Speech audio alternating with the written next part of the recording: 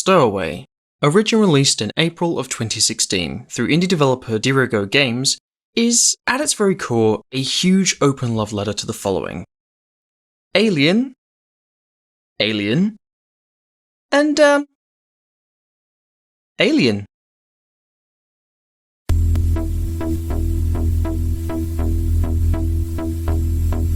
Alright, so that might have sounded pretty obnoxious, but I'm going to state right away that although a lot of what makes this game interesting is essentially ripped straight out of Ridley Scott's 1979 horror classic, I'm honestly okay with it.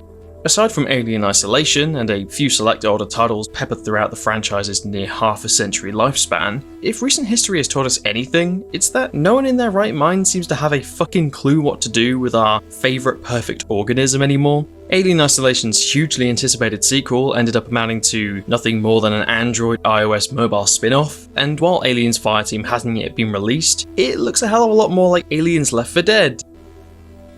Yay. Now, don't get me wrong, if it's good then praise the fucking sun, but if it's bad, it's another miserable nail on the coffin of a franchise that severely ran short of fan goodwill a long time ago. And if you happen to be one of those fans looking for something more faithful to the Xenomorph's legacy, this is where Stowaway can really start to fill that void.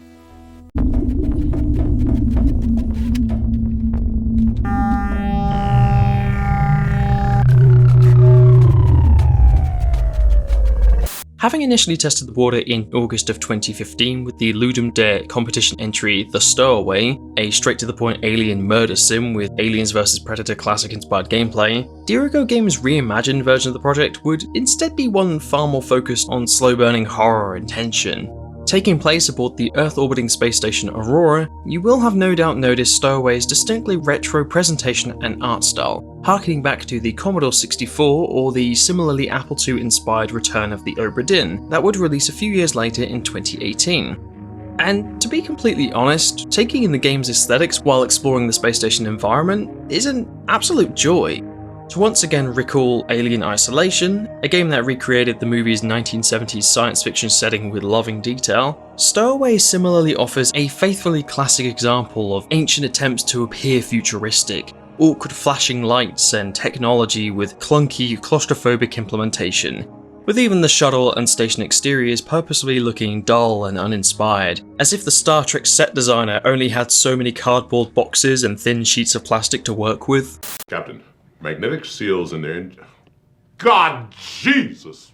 And to complement what could have easily devolved into a location that felt static and lifeless, the endlessly rotating moonlighting instead keeps the player's surroundings feeling dynamic and full of animation, always resulting in ever so slightly different versions of the same room as you progress back and forth within the space station while achieving your goals.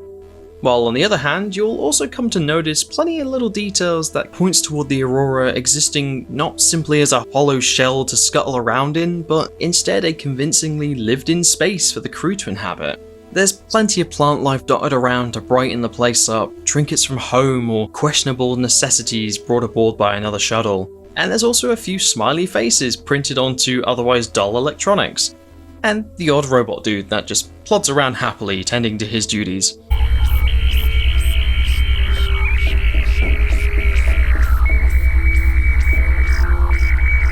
He's a good boy.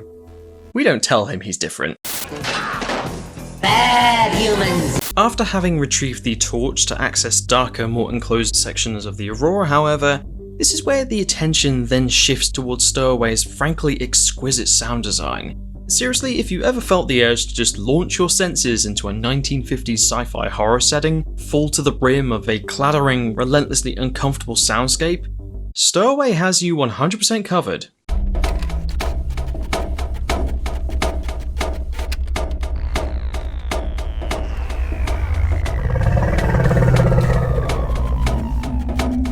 Oh yeah, and the music's really nice too.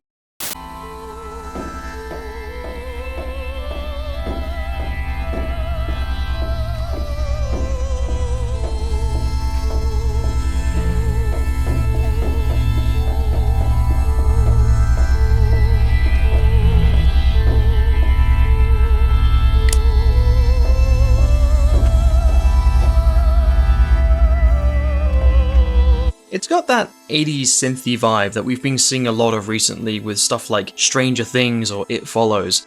But let's not forget that Stowaway came out either before or literally right at the same time as those, so it's not like it was obviously ripping on it or anything.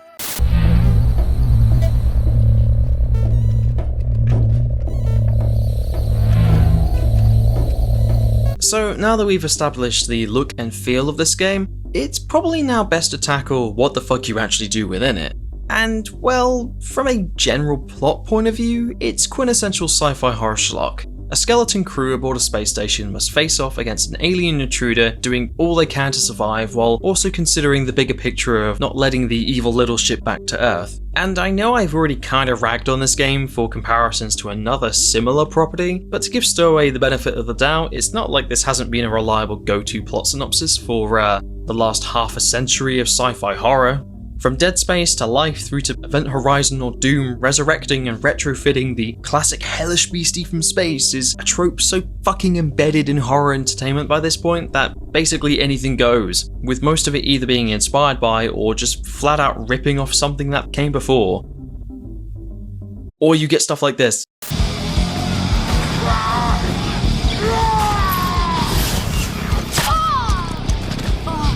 And as for the gameplay itself, this is where some players will maybe fall in love with Stowaway, while others might lose touch with it towards the mid to late game sections. Without giving much away in the vein of spoilers, Stowaway's gameplay firmly roots itself within the Amnesia Outlast camp of not having a whole lot more to do than just running away. However, this short 30 to 60 minute experience is a lot more walking simulator than you might initially expect. Your progression throughout is completely linear, in the sense that while you can explore the station in your own time and make a few detours, your encounters with said evil beastie are entirely scripted with zero chance of failure. And as a result, there isn't much else to do aside from getting to point B from the established point A, which for a short narrative-driven title within a confined environment isn't really a problem. However, it does mean that the game's replayability is for the most part non-existent, as there isn't a whole lot else to surprise you after the credits roll. I mostly jumped back in to explore a few locations and just make sure that I'd seen everything there was to see before starting the script. Still, don't get me wrong, for what minimal gameplay you are offered, Stowaway is plenty atmospheric for an everyday horror fan. And I honestly really like this game a lot. The game's blend of imposing sound design and often genuinely unnerving and claustrophobic location is more than enough to deliver the goods, especially throughout the second half of Stowaway's runtime when things really start to hit the fan.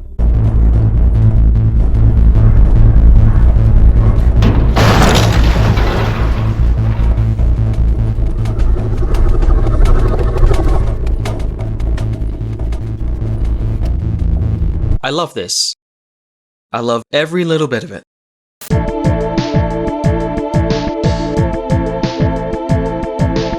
So I'm guessing some of you might have been expecting a brief spoiler summary, but to be honest, considering that this 30 to 60 minute game is literally a name your own price kind of deal, I want to at least leave something for those that might want to check it out. And for that reason, I'm not going to say anything else from a plot point of view. Instead, if you like tense, atmospheric horror, get this fucker downloaded and enjoy what could easily have been a straight up Alien video game adaptation. Okay, that's the last reference to it, I swear to God. Look, all I'm saying is that if you're a casual sci-fi horror kind of spook and, I don't know, maybe don't want to invest 6 to 12 hours into some form of potentially treacherous AAA nightmare fuel, Stowaway makes for a fun detour into retro territory, and you'll want to play this at least a little blind if you do. So yeah, that's all I got. I kind of wanted to have another longer video out by this point, but to be honest, I worked on this review while transitioning between jobs again because, as it's becoming increasingly evident apparently, I can't make up what the fuck I want to do with my life.